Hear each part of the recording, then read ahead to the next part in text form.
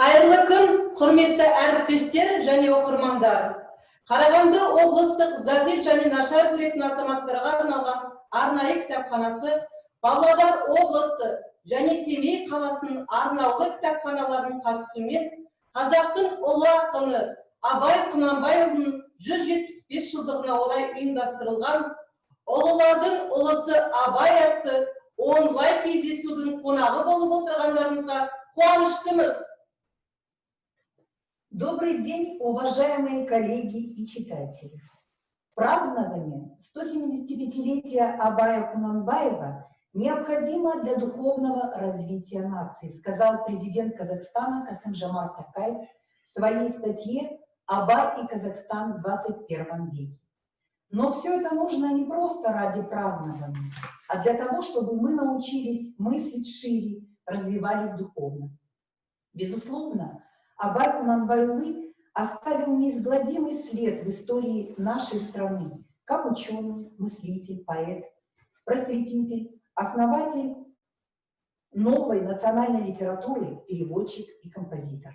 В его стихах и прозе отразилось национальное самосознание, быт, мировоззрение, характер, душа, вера, язык, традиции и дух народа, которые позднее были оценены в качестве уникального явления, названного миром Абая. Слово предоставляется руководителю Карагандинской областной спецбиблиотеки для незрячих и слабовидящих граждан Шаймухамбетовой Айнур Сакеновне. Қайырлы күн, құрметті әріптестер, қайырлы күн біздің аса қадірлі оқырмандарымыз. Сіздерді бүгінгі таңда онлайн болса да көргенімізге өте қуаныштымыз. Барлықтарыңызға белгілі, биылғы 2020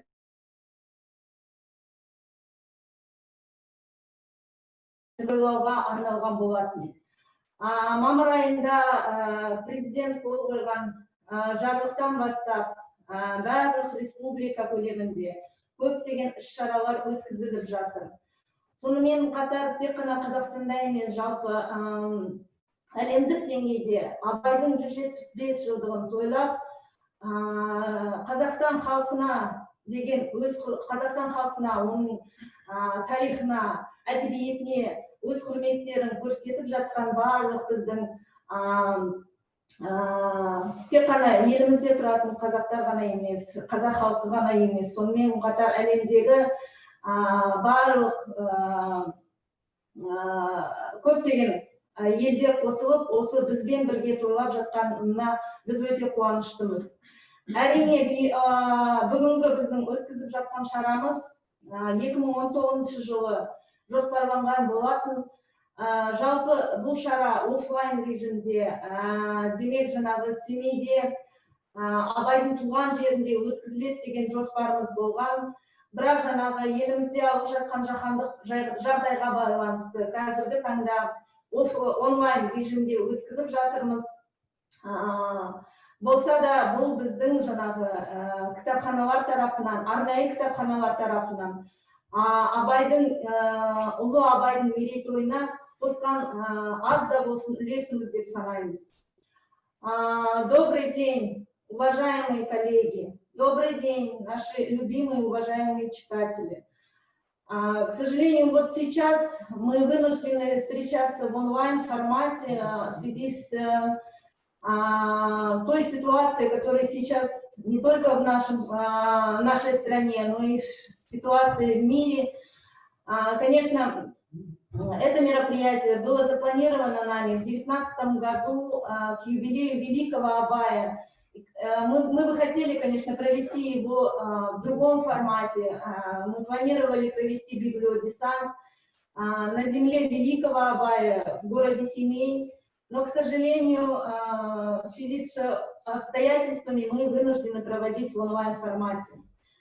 В любом случае, мы рады видеть вас в онлайне, мы рады слышать своих коллег. Мы благодарим вас за поддержку, оказанную нашему мероприятию. Думаем, что сегодняшнее мероприятие внесет небольшую лепту от спецбиблиотек в те мероприятия, которые проводятся не только в Казахстане, но и во всем мире.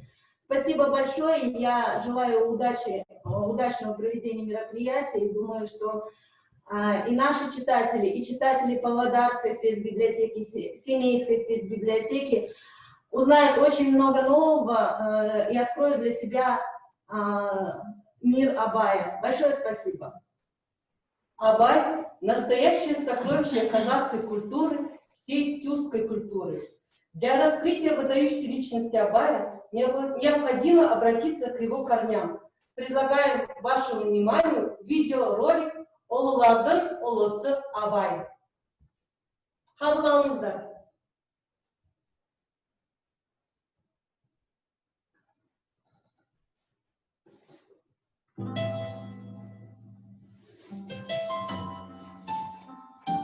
Елі Қарқаралы топырағы көрсе көз сүйсінер әсем табиғаты, талай ғұлама ғалымдардың табанының ізі қалған сырға толы шежіресімен де қастерлі. Иә, тарихы қос ғасырға жуықтайтын Қарқаралыны айтсақ, Ұлы Абайдың әкесі Құнанбай Өскенбайұлы салдырған мешітті айтпай.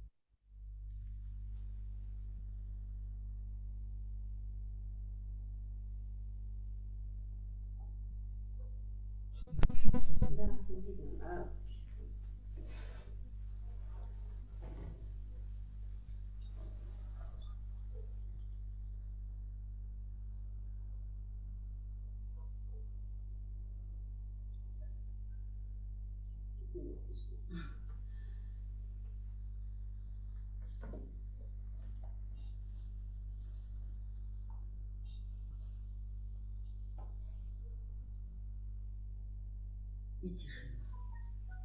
Да все никому не видно.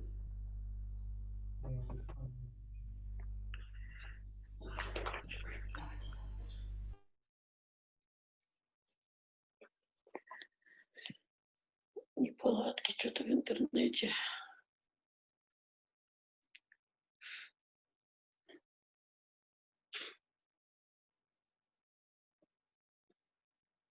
Интернет.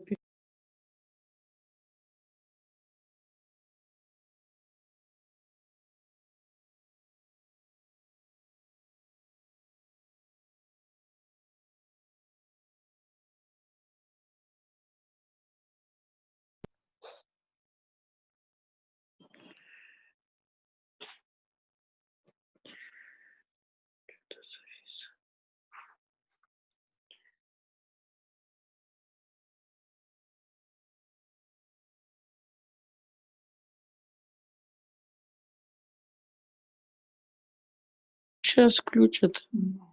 Интернет такой, что? Жылы ашылғаннан бастап, кеңес үкіметі орнағанға дейін халыққа қызмет көрсетіп, тарихи орындардың бірі ретінде мұсылман қауымның уағыз насихат айтып, әдептілік, әдет-ғұрып пен дінді қатар жетектеп келген қасиетті орнына айналған.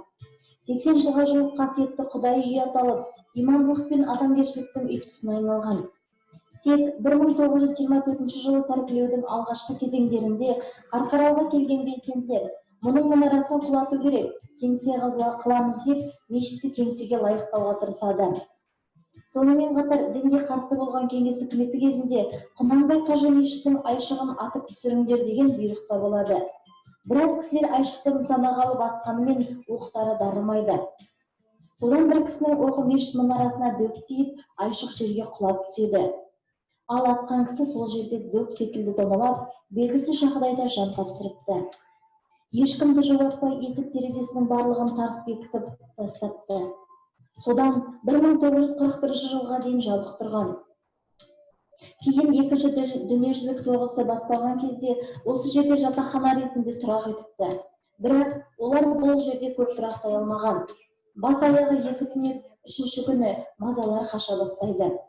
Кеңес заманында мешіттегі тек жатақхана ретінде ғана пайдаланып қоймай, басқа да мақсаттарда қолданылған. 1991 жылға дейін бұл жерде әртүрлі қоймаларда қызметін атқара бастаған. Одан соң кітапхана, кейін пионерлер үйі бас болады. Қараусыз қалып келген жәдігердің бүгінге дейінгі жету жолындағы өткерген қиыншылықтары кейін ұмыт бола бастады. Егемендік алған тұстары мемлекеттен қаржы бөлініп, Абайдың мұражайы деген бағдарлама аясында қайта ашылды.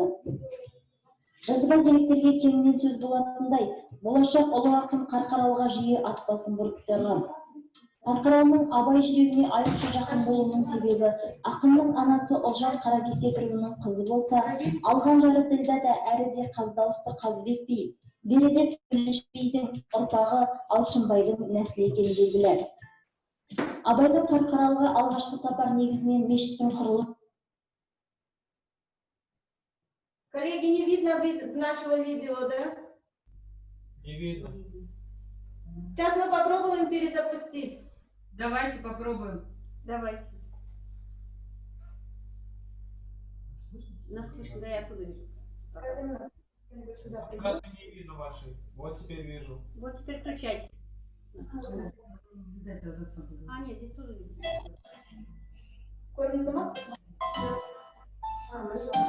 Егер Қарқаралы топырағы көрсе көз сүйсінер әсем табиғаты, талай ғұлама ғалымдардың табарының ізі қалған сырға толы шежіресімен де қастерлі. Иә, тарихы 9 ғасырға жуықтайтын Қарқаралыны айтсақ, Ұлы Абайдың әкесі Құнанбай Өскенбайұлы салдырған мешітті айтпай кетуге болмайды. Мечеть Кунанбая-Ускенбаева является, пожалуй, самой главной достопримечательностью небольшого городка Каркаралинска, одного из районных центров Карагандинской области. Ее строительство было начато в 1849 году, а в 1853 году двери мечети были открыты для многочисленных верующих. В середине 19 века Кунанбай-Ускенбай-Улы, отец великого Абая. Говорят, это был мудрейший человек, чья слава гуляла по степи. За советом к нему стекались издалека, и не было проблемы, для решения которой у него не нашелся бы совет. Есть прямые свидетельства о том, что дела Кунанбая были направлены во благо своих земляков. Одним из таких дел является строительство в Каркаралинске на свои средства мечети Медресе, где обучались казахские дети. Вы знали, что мечеть Кунанбая в Каркаралинске была построена из цельных бревен в татарском стиле? Несмотря на множество преобразований, мечеть остается памятником культуры и преемственности казахской духовной традиции. Этот факт хорошо был известен Мухтару Ауэзову, который писал: «В городе Каркаралинске во всем округе Абай и от отца и от других людей часто слышал о мечети. Он знал, что ее постройкой Кунанбай завоевал всеобщее уважение и славу. Первая и единственная мечеть в городе Каркаралинске и во всем округе постройка была начата на средства Кунанбая еще в прошлом году. Абай неоднократно бывал в мечети, зданию которой насчитывается около 150 лет. В сильно измененном виде оно сохранилось до наших дней. Архитектор неизвестен».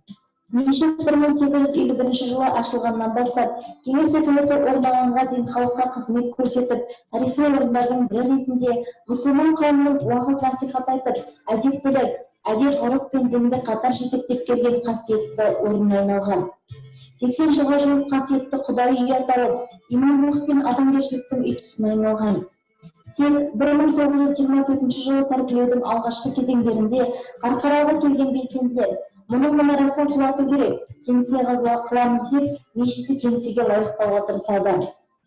Сонымен қатар дінге қарсы болған кеңес үкіметі кезінде Құнанбай Қажы мешіттің айшығын атып түсіріңдер деген бұйрық та болады. Біраз кісілер айшықтығын санаға алып атқанымен оқтары дарымайды. Содан бір кісінің оғы мешіт мұнарасына дөп тиіп, айшық жерге құлап түседі. Ал атқан кісі сол жерде дөп секілді домалап, белгісіз жағдайда жан тапсырыпты. Ешкімді жолатпай есік терезесінің барлығын тарс бекітіп тастапты. Содан 1941 жылға дейін жабық тұрған. Кейін екінші дүниежүзілік соғысы басталған кезде осы жерде жатақхана ретінде тұрақ етіпті. Бірақ олар бұл жерде көп тұрақтай алмаған. Бас аяғы 2 түнеп, 3-ші күні мазалар қаша бастайды. Кеңес заманында мешіттегі тек жатақхана ретінде ғана пайдаланып қоймай, басқа да мақсаттарда қолданылған. 1991 жылға дейін бұл жерде әртүрлі қоймаларда қызмет атқара бастаған. Одан соң кітапхана, кейін пионерлер үйі бас болады. Қараусыз қалып келген жәдігердің бүгінге дейінгі жету жолындағы өткерген қиыншылықтары кейін ұмыт бола бастады. Егемендік алған тұстары мемлекеттен қаржы бөлініп, Абайдың мұражайы деген бағдарлама аясында қайта ашылды. Жазба деректерге кеңінен сөз болатындай, болашақ ұлы ақын Қарқаралыға жиі ат басын бұрып тұрған. Қарқаралының Абай жүрегіне айрықша жақын болуының себебі ақынның анасы Ұлжан Қаракесек руының қызы болса, алған жары Ділдә әрі де Қаздауысты Қазбек би, бері де Төленші бидің ұрпағы Алшынбайдың нәсілі екені белгілі. Абайдың Қарқаралыға алғашқы сапар негізінен мешіттің құрылысы жұмыстары басталған кезеңмен тұстас келеді. Оны ақын жиі түсіп, қонақ болатын Татар көпесі Халилулла Бекметовтің Көктөбел ағаш үйінің маңдайшасында жазылған. Бұл үйде 1850 жылы ұлы ақын ағартушы Абай Құнанбаев болған деген дерек растай түседі. Егер ақынның 1845 жылы өмірге келгенін ескерсек, онда Абайдың Қарқаралыға болыс болып сайланып, мешіт құрылысымен қызу айналысып жатқан уақытты көрсетеді. Құнанбай Абаймен бірге Халилулланың үйіне бір жатқан уақытты келген. Өйткені Қарқаралыда дуан орталығы болғандықтан жиі келіп тұратын. Бірнеше күн бұрын өзінің келетіндігін арнайы кісі жіберіп хабарлап отырады екен. Сыйлы қонақтарды күту үшін Халилулланың үйінің алдын ала дайындалып, Құнанбайға арнайы тай сойғызады екен деп жазады Қарқаралық ақсақал Ахметбек Әрінұлы өзеңдегінде. Двухэтажная мечеть была выстроена из дерева. Ее ширина составляет 15 метров, длина 11 метров, а высота 6 метров. Согласно сохранившимся историческим свидетельствам, Абай неоднократно бывал в мечети, облик которой за минувшие 1,5 столетия достаточно сильно изменился. Каждый житель Каркаралинска чтит в этом символе память о посещении родного города великим Абаем. Каркаралинск богат на историю. Например, здание татарской мечети, построенное в 1910 году, теперь служит школой. Тут стоит старый дом генерала Лавра Георгиевича Корнилова и дом купца Андрея Рязанцева, знаменитый тем, что в нем когда-то останавливался Григорий Потанин. В Каркаралинске много раз бывал Шокан Уалиханов. Здесь жил и похоронен один из первых казахских врачей Амре Айтбакин. Среди великих казаков Алихан Бөкейханов стал первым биографом Абая Кунанбаева. Бөкейханов – уроженец Каркаралинского уезда Семипалатинской области, ныне это Актагальский район Карагандинской области. Его статья «Абай Ибрагим Кунанбаев», некролог казахского народного поэта, был напечатан в газете «Семипалатинский листок» в 1905 году, где он знакомит с жизнью и творчеством Абая, его вкладом в казахскую поэзию. Каркаралинск долгое время был общественно-политическим центром, собиравшим общественных деятелей и представителей культуры, исследователей и путешественников. Это сформировало особенный образ города, в котором переплетена память сотен ярких жизней и исторических событий. Польский ссыльный революционер Адольф Янушкевич, который около 30 лет жил в ссылке в казахских степях, был свидетелем пребывания Кунанбая в аулах старшего Жуза. В своей книге «Дневники и письма из путешествия по казахским степям» он дает краткую, но емкую характеристику Ага Султана. Он выглядел истинным степным пророком. Судья неподкупной честности и примерный мусульманин, Кунанбай стяжал себе славу самой справедливости. К нему из самых дальних аулов спешат за советом молодые и старые, бедные и богатые. Қарқаралының тұрғыны Манарбек Кәрім, Хакім Абайдың 175 жылдығына арнап, жерлестеріне керемет тарту жасады. Он саусағынан өнер тамған шебер ұлы ойшылдың көркем бейнесін тасқа қашап, оны шаһардағы 2 ғасыр бұрын салынған көне ғимараттың алдына орнатқан. Міне, аталған тас осы үйдің алдына қойылды. Қарқаралы тауының табиғи тасына қашалған Абай бейнесі. Тастың биіктігі 3,5 метр, салмағы 2,5 тонна. Бүгінде бұл көктөбелі үй ұлы ойшылдың қасиетті өлкедегі ұлағатты өмірінен сыр шертеді. Әрі қалаға келетін қонақтардың тәу етіп, тарихымен танысатын айрықша орынға айналған. Здесь, в Каркаралы, в детской душе Абая впервые зародилась любовь к природе родного края, которая спустя годы проявится так щедро и могуче в его поэзии, в его песнях. Природа Каркаралы оставила неизгладимый след в душе и памяти Абая. Музыка Каралы счастливо одарили мальчика Абая. Здесь он впервые услышал виртуозную игру Кюйши на домбре и кабызе, песни степных певцов Акынов. Здесь он научился слагать из букв первые слова и предложения. Впервые услышал незнакомую русскую речь, веселую игру русской гармонии, протяжные русские народные песни казах. В 2019 году всемирно известного Абая Кунанбаева увековечили в Каркаралинске. Открыли памятник, на котором юного поэта из Медресе встречает отец Кунанбай.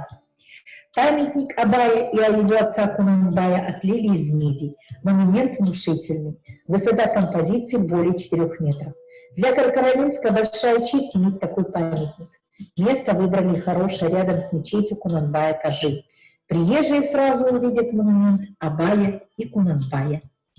Бүгінде Лондон, Каир, Берлин, Киев, Нью-Делиде адамзаттың абайына арналған ескерткіштер мен ақынның есімі берілген көшелер бар.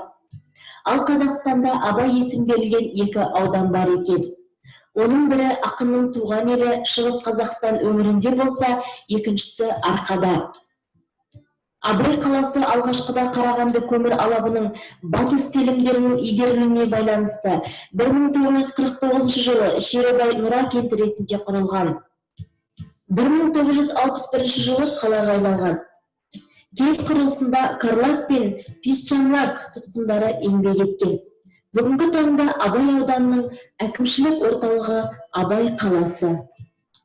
Бүгінгі күні 30 мыңға жуық халық тұратын Абай қаласында хакім есімінен тығыз байланысты әдеби мемориалдық мұражай жұмыс істеп тұр.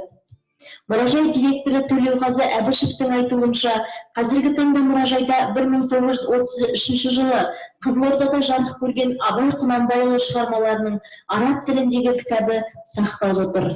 Құнды қазына 1955 жылға дейін Семей облысында тұрған ақын Төлеу Көптіковтің қолында болып, кейін балаларына мұра ретінде қалдырылған. Ұрпақтары кейін оны осы мұражайға табыстаған көрінеді. Қазіргі таңда хакім есімін иеленген Абай қалада мұражай ғана емес, көше мен шахты да бар. Ақын мерейтойына арнап Абай қаласында данышпанның еңселі ескерткіші орнатылса, Қарағанды өңіріндегі бұрын Ленин көшесіне Абай атауы берілді. Имя Абая не только увековечено в камне, но и образовательные и культурные учреждения Карагандинской области носят его имя. Саранский гуманитарно-технический колледж имени Абая имеет большую и славную историю, которая началась в начале 20-х годов прошлого века. В 1945 году, к столетию великого поэта, Саранское педагогическое училище стало носить имя великого просветителя Абая Кунанбаева. 1954 жылы кітапханаға қазақтың бала ақыны Абай Құнанбаевтың есімі беріліп, жарты ғасырдан аса уақыт ішінде талай өмір асуларынан өткен кітапхана бүгінде қасиетті қара шаңыраққа айналған. За более чем полувековой юбилей детская областная библиотека Абая стала современным востребованным культурным учреждением детского чтения. Карагандинская областная спецбиблиотека для незрячих и слабовидящих граждан к 175-летнему юбилею Абая Кунанбаева на сайте спецбиблиотеки создана полнотекстовая электронная папка-сборник «Абай. Достояние всего человечества», в которую вошли статьи, посвященные юбилейной дате, из периодической печати, поступающей в библиотеку. В папку-сборник также включены отзывы на статью президента Республики Казахстан Касым-Жомарта Токаева «Абай и Казахстан в 21 веке» и статью первого президента Республики Казахстан Елбасы Нурсултана Назарбаева «Духовное завещание Абая». Карагандинская областная спецбиблиотека для незрячих и слабовидящих граждан выпустила слова назидания рельефно-точечным шрифтом Брайля на русском и казахском языках.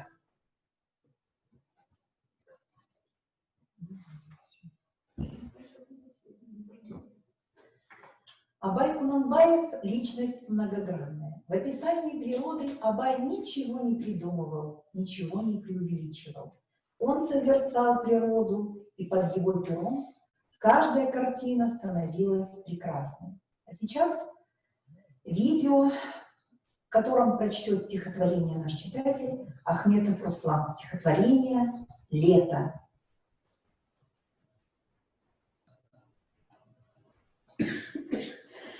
К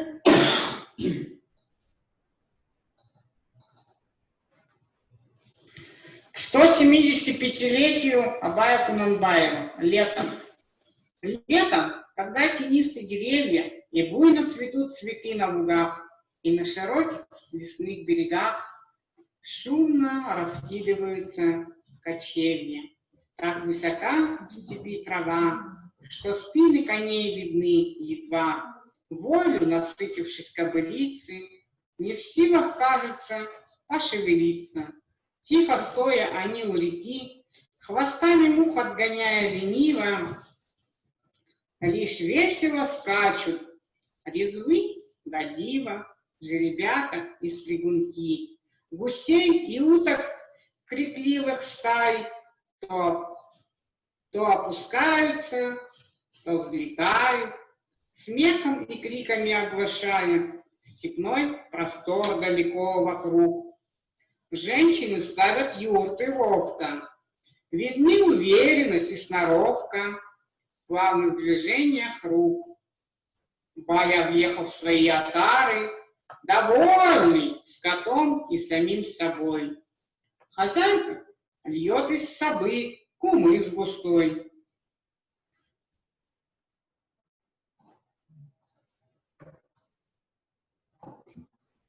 Биылғы жыл ерекше жыл. Абай Құнанбайұлының 175 жылдығына мерейтойына арналған жыл. Олай болса, сөз кезегін Павлодарлы облыстық көзі көрмейтін және нашар көретін азаматтарға арналған арнайы кітапханасына береміз. Павлодар облысы сөз кезегі өзіңізде. Қайырлы күн, қымбатты әріптестер. Добрый день, уважаемые коллеги. Қазақ әдебиеттану ғылымы тарихында ең көп зерттелген де шығармашылық мұрасы жан-жақты талданып, ғалымдардың таңғылықты назарына ілінген де Абай екендігі даусыз. Абай Құнанбаев ұлы ақын, композитор, ағартушы және қоғам қайраткері. Абай өз заманының көрнекті саясаткері және қайраткері болған. Абай өз ортасының Данте сияқты адамы, яғни халықтың дәстүрлі сөз өнерін, таным жүйесін, мінез бітімін түбірімен жаңаша түлеткен санаткер. Орыстар үшін Александр Пушкин, ағылшындар үшін Уильям Шекспир, немістер үшін Йоганн Гете, америкалықтар үшін Уитмен қандай болса, қазақстандықтар үшін Абай да сондай рухани ұлы тұлға. 1913 жылы Қазақ газетінде редактор Ахмет Байтұрсынов жазған «Қазақтың бас ақыны» атты көлемді мақаласы шықты. Байтұрсынов өзінің мақаласының басын онан асқан бұрынғы соңғы заманда қазақ баласында біз білетін ақын болған жоқ деп бастайды. Расында да солай еді. Тіпті бұл мақаланың өзі қазақтың бас ақыны туралы жазылған алғашқы мақала еді. Жалпы, Абайды елге кеңінен танытудың, зерттеудің, абайтанудың басында осы алаштықтар тұрады. Абай қазақ халқына өшпес мұра қалдырған ірі тұлға. Қайырлы күн, құрметті әріптестер. Ұлы Абайдың 175 жылдық мерейтойы баршамызға құтты болсын. Ұлы Абай есімін ұлықтау мақсатында жаңа елді мекендерді Қазақстан Республикасы бойынша алар болсақ, 31 елді мекен, оның ішінде ауылы бар, ауылдық округі бар, 1300-ге жуық көше мен даңғыл, 100-ден аса білім ордалары Ұлы Абайдың есіміне берілгені рас. Соның куәгері ретінде Павлодар облысының Абай есіміне байланысты ғимараттарын, іс-шараларын, өзіміздің қосқан үлесімізді бейнебаян арқылы тамашалайық.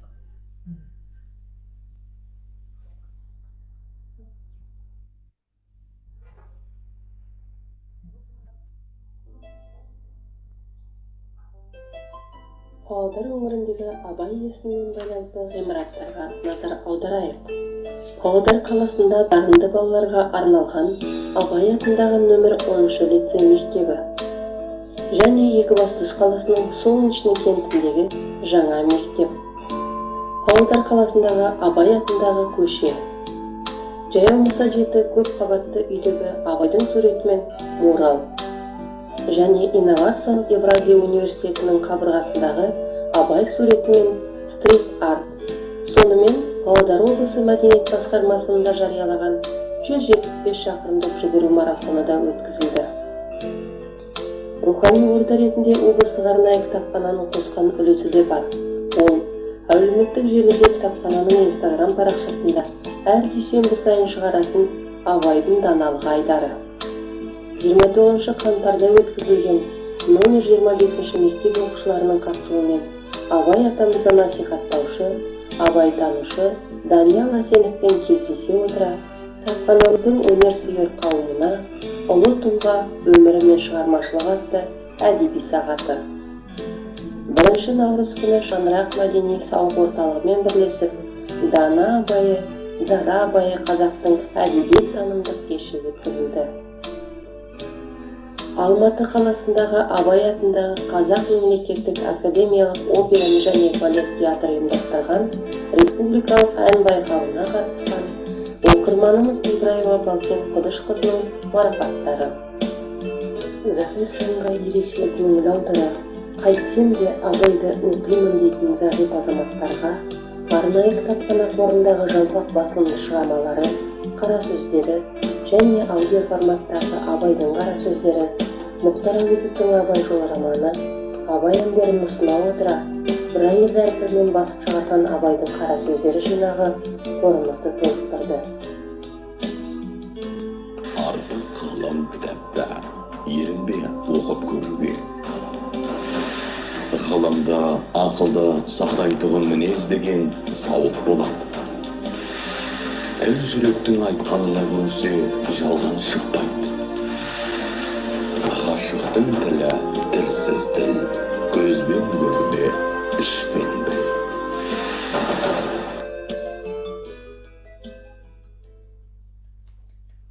Назарларыңызға рахмет.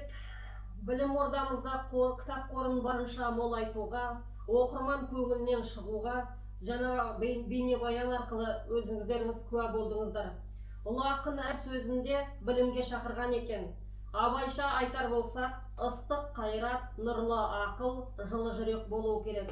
Сондықтан да ыстық зағип жанға қызмет көрсете, олардың көңілдерін аулай отыра, жылы жүрек, елжіреп, ыстық қайрат әрқашанда бізге жігерлендірсін, нұрлы ақыл таусылмасын деп тілеймін. Слово предоставляется руководителю Павлодарской областной специальной библиотеки Замолкенкиной. Ну, она вас приветствовала. Ну, скромчик наша Окенкина. Коллеги, добрый день. Я рада вас приветствовать сегодня на такой интересной большой площадке, посвященной нашему великому Абаю. Хочу пожелать нам всего самого хорошего, потому что день рождения Абая — это действительно праздник. Как вчера в ряде конференций было упомянуто, что открываются по всем странам различные уголки, посвященные Абаю. Я думаю, что это наша гордость, наша честь, тот человек, кем мы можем гордиться. Всего хочу пожелать продолжения интересного мероприятия. Я думаю, мы продолжим. Надеюсь, коллеги наши все подсоединились к нам.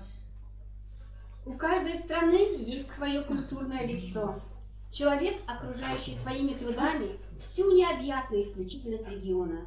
К примеру, для Китая это Конфуций, для Великобритании Шекспир, для Индии Тагор, а для Казахстана таким лицом является Абай Кунанбаев. Его стихи охватывали широкий спектр тем, таких как любовь, счастье и надежда, изображали естественную красоту казахской степи и отражали изменения в образе жизни казахстанцев в неспокойное время. Благодаря своей поэзии Абай помог сохранить древний казахский фольклор и основал казахскую письменную литературу.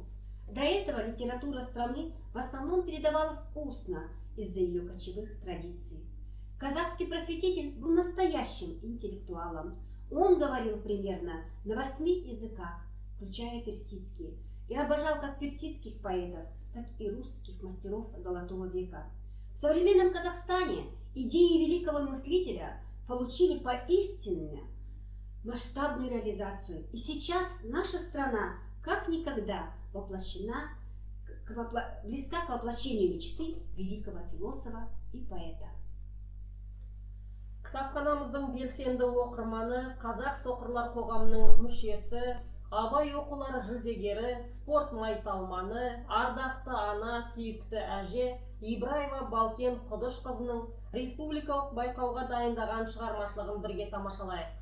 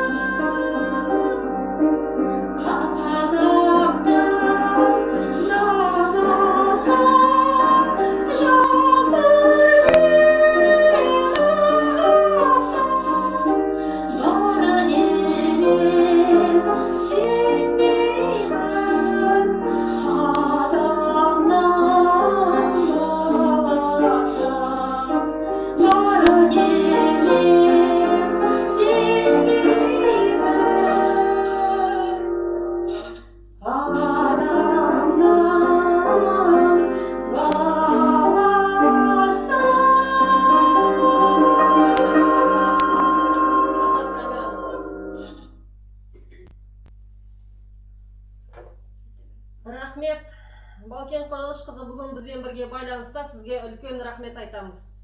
Ал енді келесі өнер майталманы 2 жұлдыз фестивалінің лауреаты, белсенді оқырманымыз, Абайдың 150 жылдығында арналған сайысының жеңімпазы, Сәулемай ансамблінің мүшесі, спорт майталманы, ардақты ана, сүйікті әже, Адамжанова Гүлнардың орындауында Семей қаласынан зағиптарға арналған кітапханасынан қабылданған челленджде қатысу сәтін қабыл алыңыздар.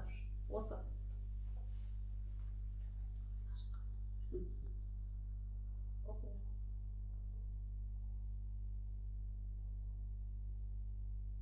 Семей қаласы Жылдығына әріптестер орай естеріңізде ұлы болады. ақынның өлеңдерінен ұзынды оқу эстафетасын Семей қаласының зағиптарға арналған арнайы кітапханасынан Павлодар облыстық арнайы кітапханасы зор құрметпен қабыл алды. Құлақтан кіріп бойдалар, жақсы әнмен тәтті күй, көңілге түрлі ой салар, әнді сүйсең, менші сүй дегендей, Ақсу қаласындағы Абайдың 150 жылдығына арналған мерейтойындағы Абай өлеңдерін оқуында бірінші орын иегері, кітапханамыздың белсенді азаматы Адамжанова Гүлнардың орындауында Татьянаның Онегинге жазған хаты өлеңін қабыл алыңыздар. Тәңірім қосқан жарым сен, жарыта алмай кетіп бұл кезінде бал едім мен, аямасқа бекіп ем. Тағлық етіп бұл ғаламды мәлім болды кеткенім, күнәсі жоқ жас адамды қатты соққан еткенім. Сен жаралы жолбарысың, мен кектің ақ ем, таңба салдың өшпес мәңгі, қатты батты дұрынағам, таңба салдың өшпес мәңгі, қатты батты дұрынағам. Атамыздың өлеңін тағы бір мәрте әлемге паш ете, өз үлестерін қосу үшін осы эстафетаны Нұр-Сұлтан қаласы әкімдігінің орталықтандырылған кітапханалар жүйесі көзі көрмейтін және нашар көретін азаматтарға арналған арнайы кітапханасына жолдаймыз. Адамзаттың бәрін сүй бауырым деп, Абайдың мәңгі жасайтын қағидасымен өзіміздің қойылымымызды аяқтаймыз. Барлықтарыңызға денсаулық тілейміз.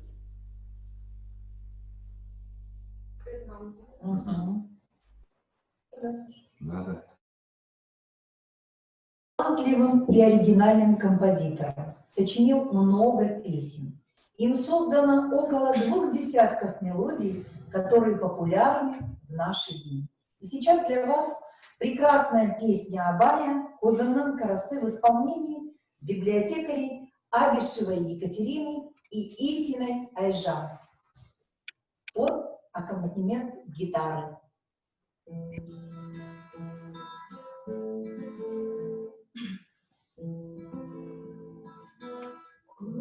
Көзімнің қарасы, көңілім санасы, бітпейді іштегі ғашықтың жарасы, бітпейді іштегі ғашықтың жарасы. Призрачок глаз моих, ламень душ золотых, сердцу не избыть и не скрыться от них. Сердцу не избыть и не скрыться от них.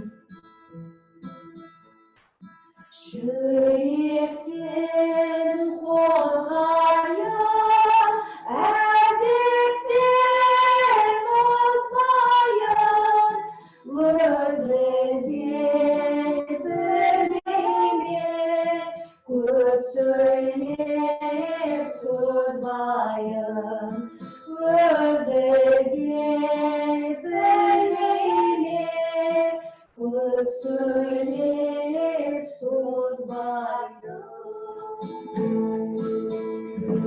Рахмет. Поэзияда, музыкада, даналықта, қоғамдық азаттық ой пікір саласында өлмес өшпес шығармалар берген Абай қазақ халқын өткен замандағы өмірін зерттеймін деген ұрпаққа таңғажайып тұлға ретінде танылды. Олай болса, сөз кезегін Семей қаласының зағип және нашар көретін азаматтарға арналған арнайы кітапханасына берсек дейміз. Семей қаласы сөз кезегі өзіңізде.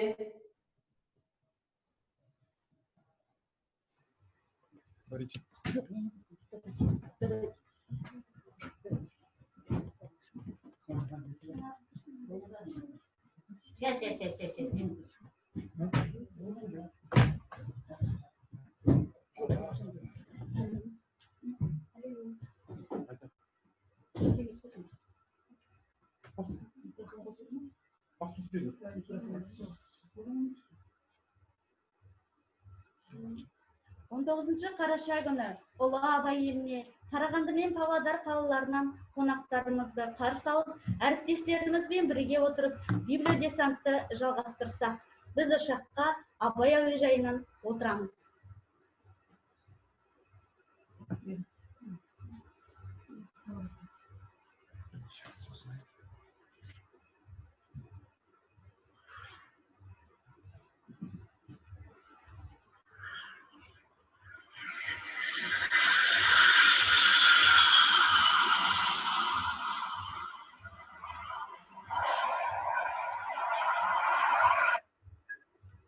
Құрметті жолаушылар, Библиофлайер авиалайнері номер 175 рейсінің экипажы сіздерді құттықтайды. Бүгін круизм жасаймыз. Біз 12.000 километр биіктікте ұшамыз. Борттағы температура -15 градус. Келу уақыты Билеттеріңізді бекітіңіздер. Біз Еуразия континентінің орталығы Жидебай қорық мұражайына бет алдық. Толық биіктікте жеткенше өз орындарыңызда болыңыздар. Уважаемые пассажиры, экипаж рейса 175 авиалайнера Библиофлайер приветствует вас. Сегодня мы совершим круиз. Наш полет находится на высоте 12 000 километров. Температура за бортом -15 градусов. Ориентировочное время 12 часов 30 минут по местному времени. Пристегните ремни. Мы направляемся в центр Евразии, музей-заповедник Жидебай. А сейчас все оставайтесь на своих местах до полного набора высоты.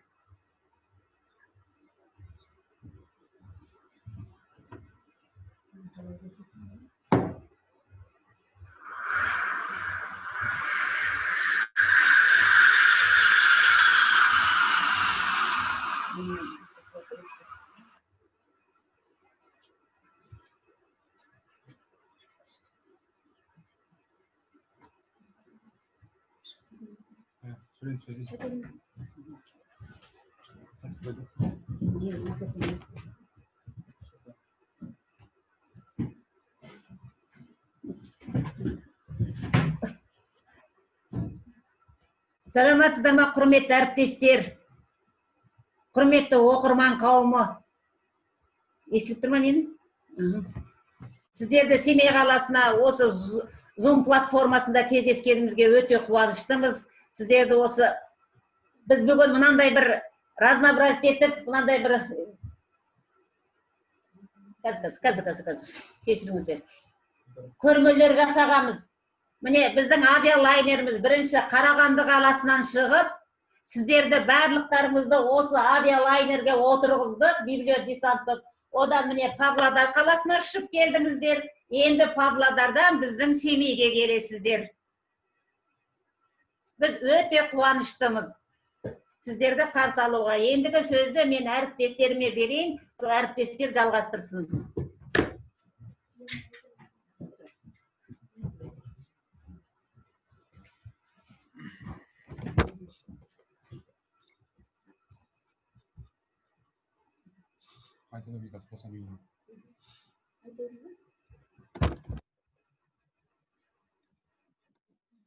Құрметті ханымдар мен мырзалар, біздің ұшақ Абай Құнанбаевтың туған жеріне келді.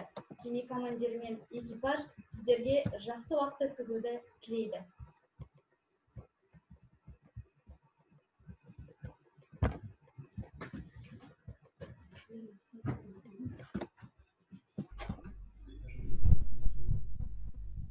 Демонстрация экрана көрінбейді. Ау, Экрандарыңыз көрінбейді, демонстрация. қазір.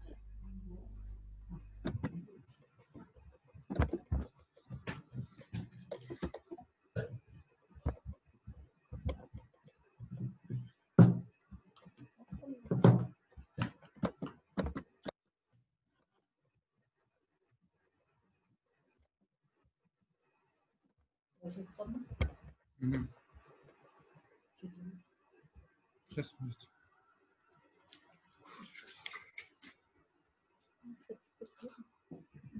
А? Каска это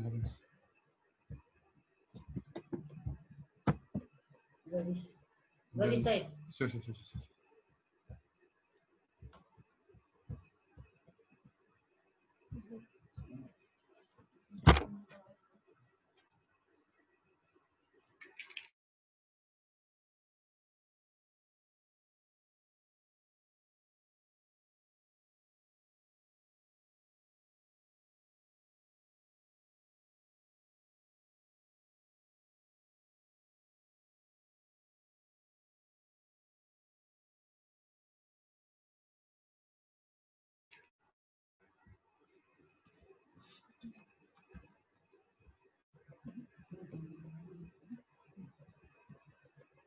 Скажите, слышно, нет? Нас слышно? Коллеги, нас слышно? Я, естіп тұрмыз. Естіп тұрсыздар ма? Кішкене тұра тұрыңыздар. Интернет. Зависайте. Кешірім өтінеміз. Демонстрация только открой.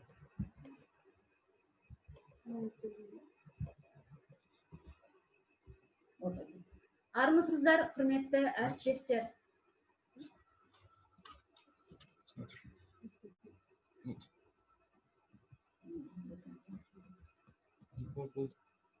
Армысыздар, құрметті әріптестер.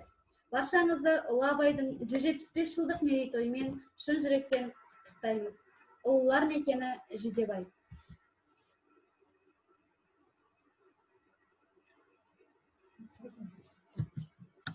Біздің дауысымыз естіліп тұр ма сіздерге?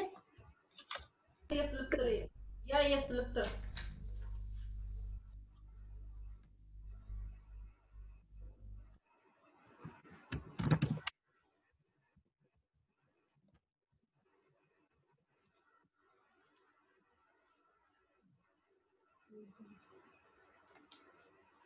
Жидебай Қожаназарұлы қазақ халқының әлтеке қаракесек арғын руынан шыққан батыры, Абылайдың сенімді серігі, жалқарақ басы, пікірлес досы, әрі биі.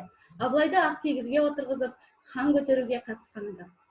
Жидебай батыр Абылай хан тұсында хан билік айтып, хан жұртына бас болады. Шежірелердің айтуынша, Жидебай батырдың алғашқы үлкен жорыққа қатысуы Аңырақай шайқасы. Талғар қаласы маңындағы Жидебай асуы, Абай қыстауындағы Жидебай қорығы батырдың атымен аталған. Жидебай ауылы, қасиетті Жидебай. Абай жолындағы есімі ежелден етене таныс атаулар.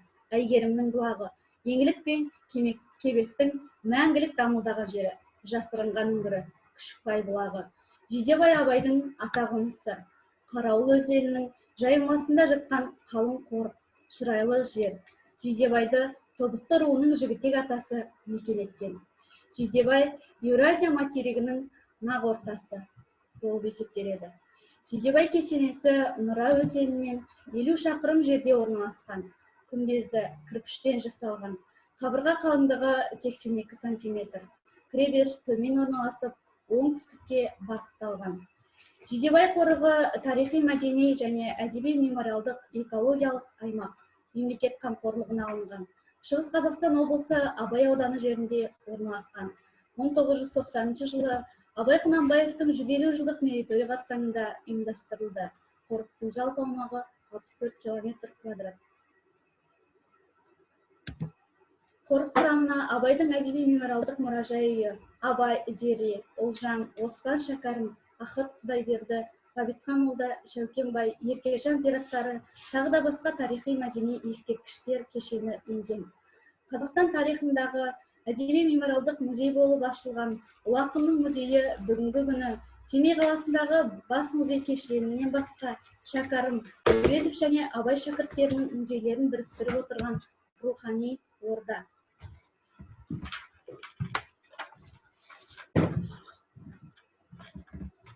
Құнанбай әулетіне құтты қоныс болған, Хакім өмірінің соңғы жылдары өткен Жидебай елді мекені ел тарихындағы маңызы зор киелі орын екені белгілі.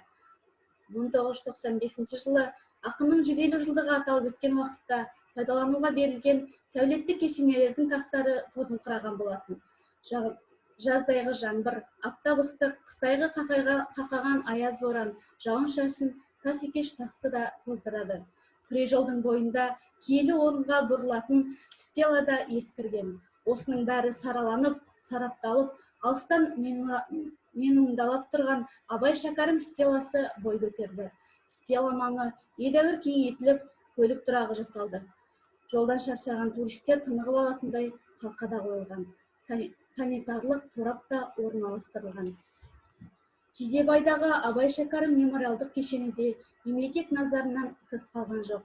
Жұмыспен қамтудың жол картасы 2020 жылы мемлекеттік бағдарламасы аясында баба рухы мәңгілік тыныстаған Абай Шәкәрім мемориалдық кешені және ақынның мұражай үйі ел мақтанышы боларлықтай жаңа нысанға айналды. Жидебайдағы Абайдың мемориалдық кешені Орта Азиялық кеңістікте ауқымдығы жағынан жалғыз кешен болып табылады. Бұл қазақ халқының рухани ордасы.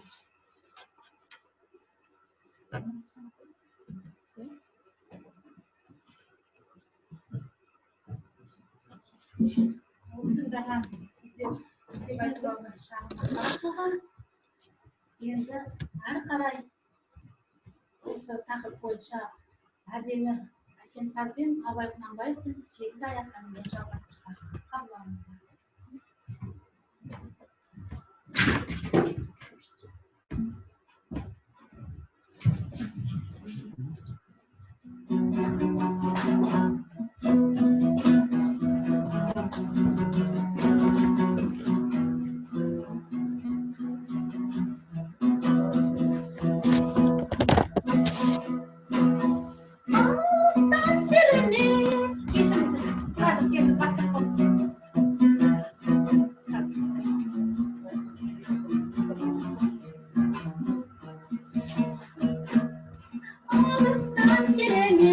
Жүректен тербеп, шымырлап бойға жайылған, қиуадан шалып, қисынын тағып, тағына жетіп қайырған.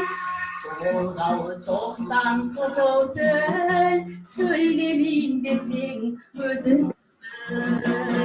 өткірдің жүзі, кестенің бізі, өрнегін сендей сала алмас. Білгенге маржан, білмеске арзан, надандар бақыры ала алмас. Айналма бекер білген жақ, көңілсіз құлақ, ой болар. Басында ми жоқ, өзіндей ой жоқ, күлкішіл кермек наданнан. Көп айтса көнді, жұрт айтса болды, әдеті надан наданнан.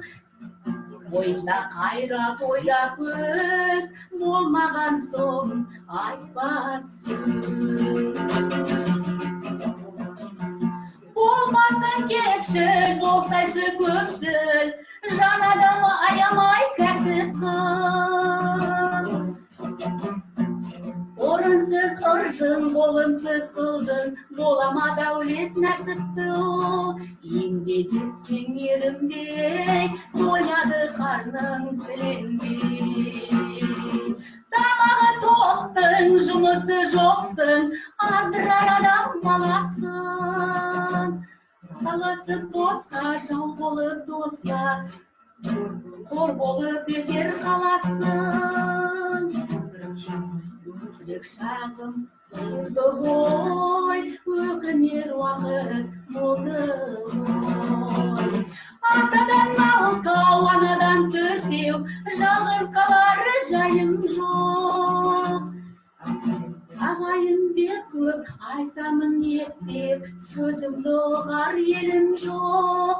Моласындай бақсының, жалғыз қалдым тапшының.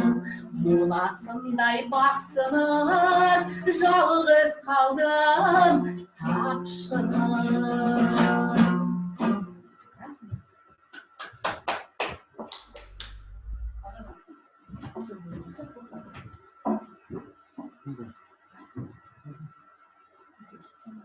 Құрметті әріптестер, құрметті осы арнайы кітапхананың оқырмандары қосылып жатқан осы шарамыз әдемі болды деп ойлаймын. Семей қаласының дайындаған материалы осы. Назар қойып тыңдағандарыңызға зор рахмет.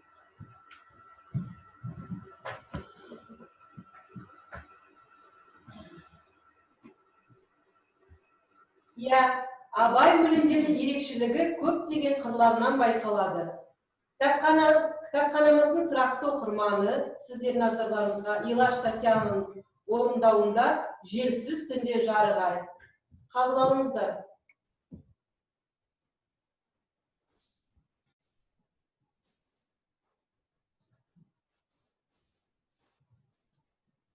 Абай Кунанбаев. Желсіз түнде жарығай. 1888 год.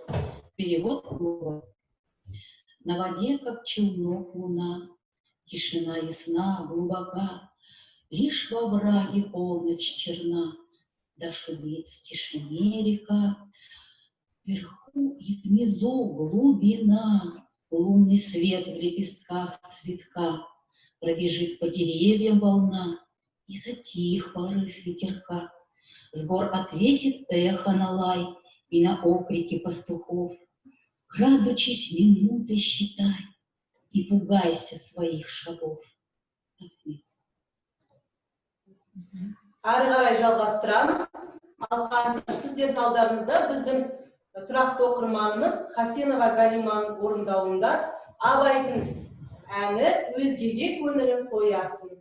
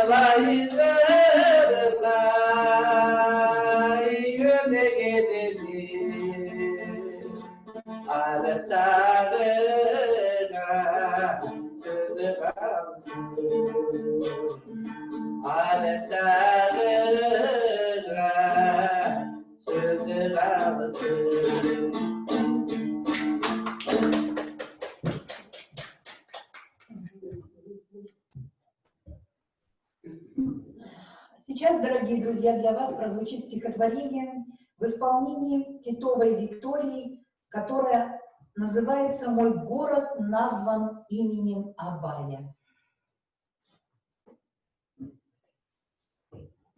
Ее собственное стихотворение, которое она сочинила для нас и к юбилею великого поэта.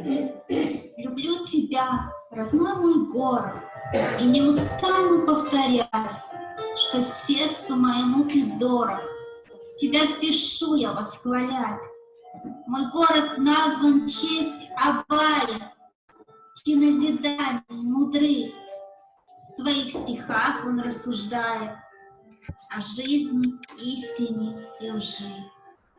Люблю в тиши ночной прохлады по тихим улицам пройти, встречая незнакомцев взгляды, задуматься о собственном.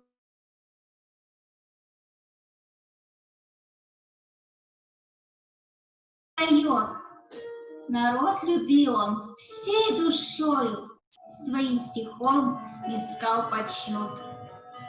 Люблю я предрассветной дымки, когда весь город еще спит, составить прошлого картинки и в детство поэта совершить визит. Из медресе и снова в школу бежал смышленый Ибрагим, но вынужден был не по своей воле прервать учебу юный Акын. Люблю в лучах дневного света по улочкам родным пройтись. У статуи Абая, душой согретой, судьбе к поэту обращусь. Под грозным взглядом Кунанбая покорный сын вернулся в степь. И жизнь народа узнавая, он изменил событий цепь.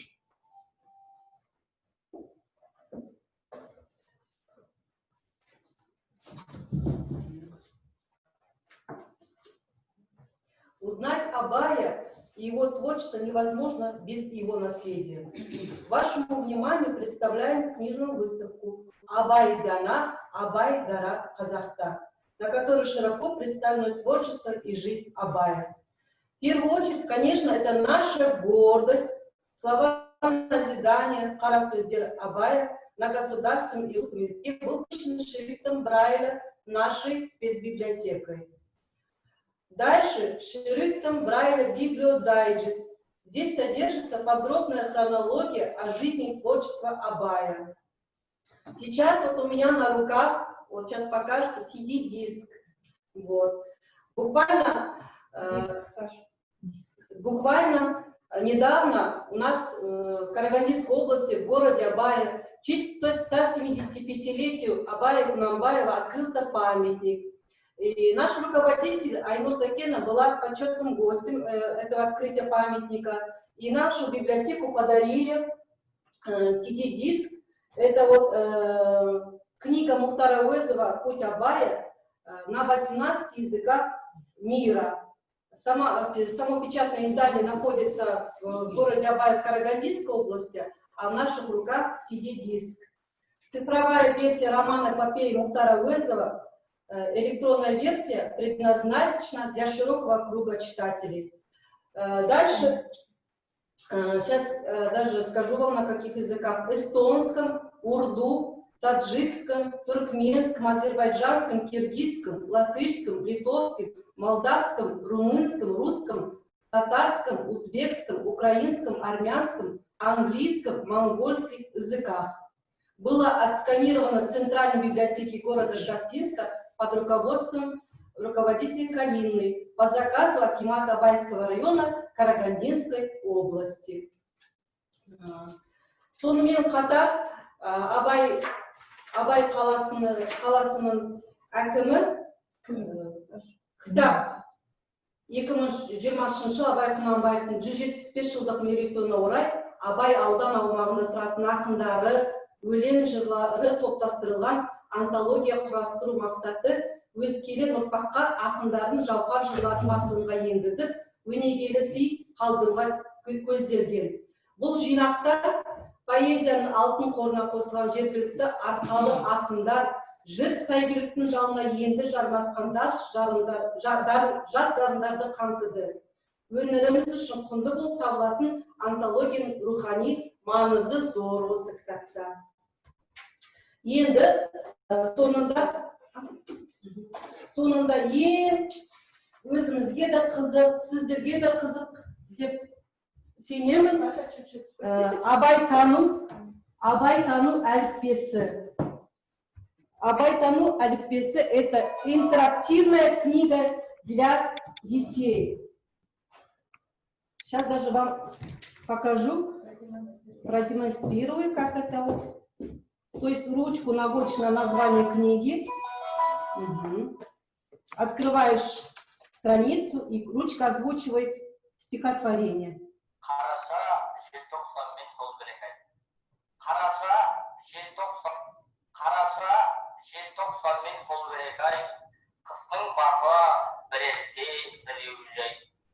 Ерте бастап керімді жеп қоям деп, ақтырмамен күзеуде отырармай.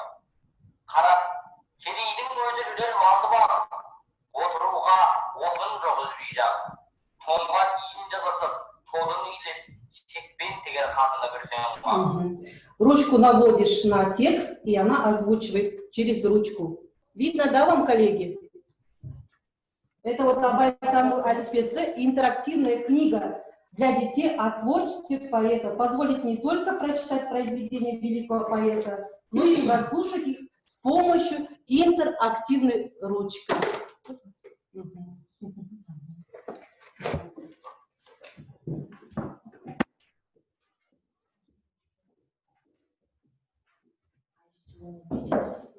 Да, озвучивает.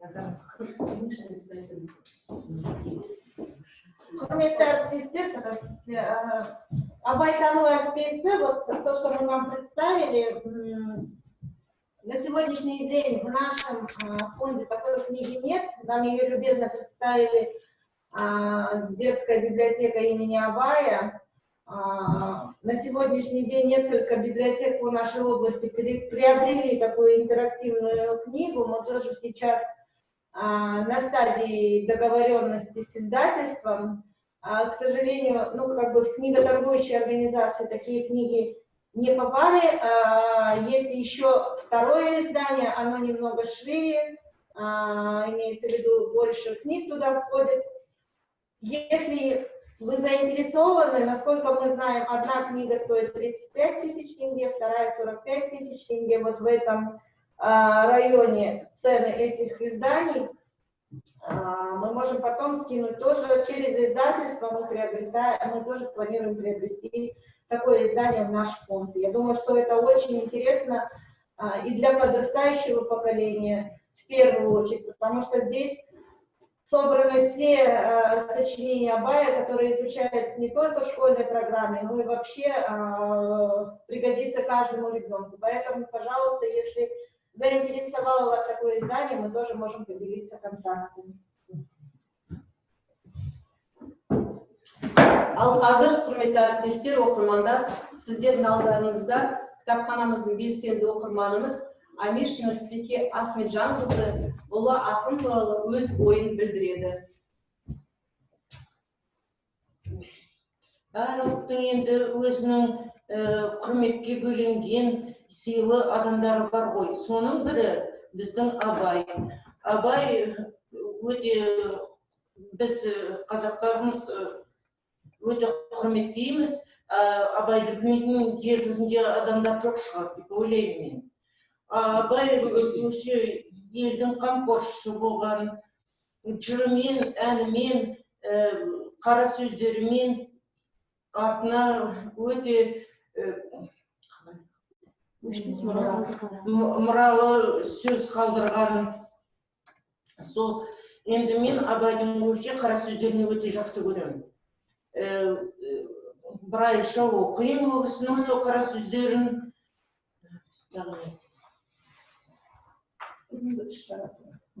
Енді бүгін қойып жатқан істер мен ойлаймын өте жақсы. Адамдар өстіп ең құрмаса осылай сөйлесек те осы карантинда оған да ойлаймын енді тәуба деп. Своим открытием Абая для себя с вами поделится наша читательница Дауленова Айгуль.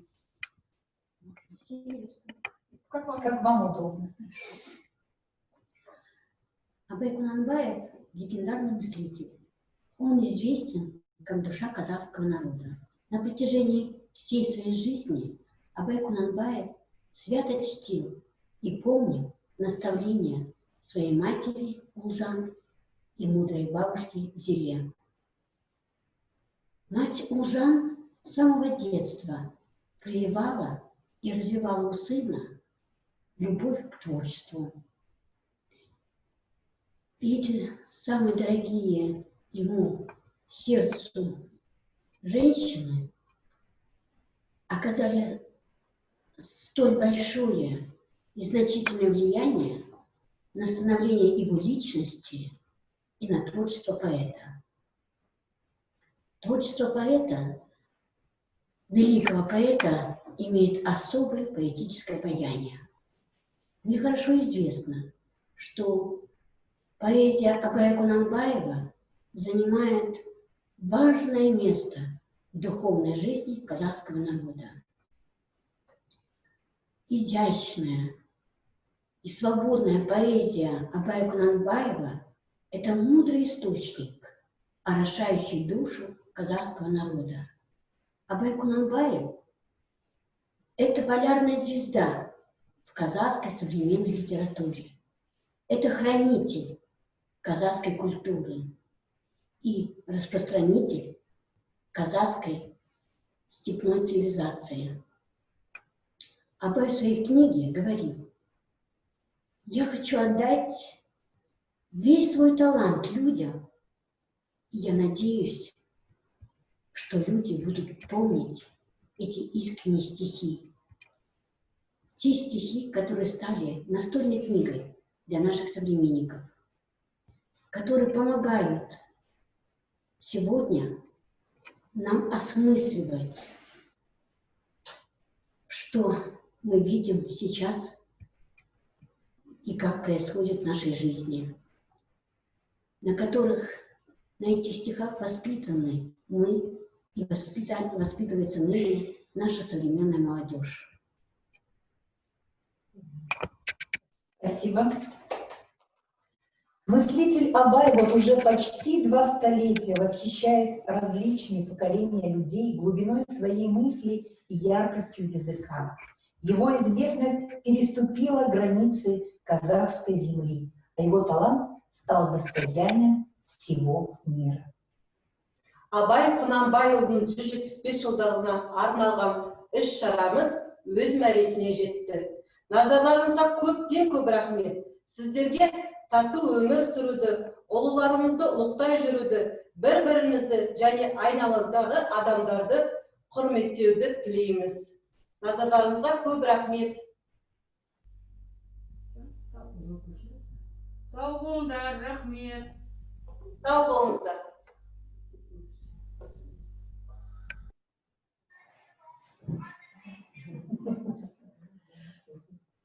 Самолеты.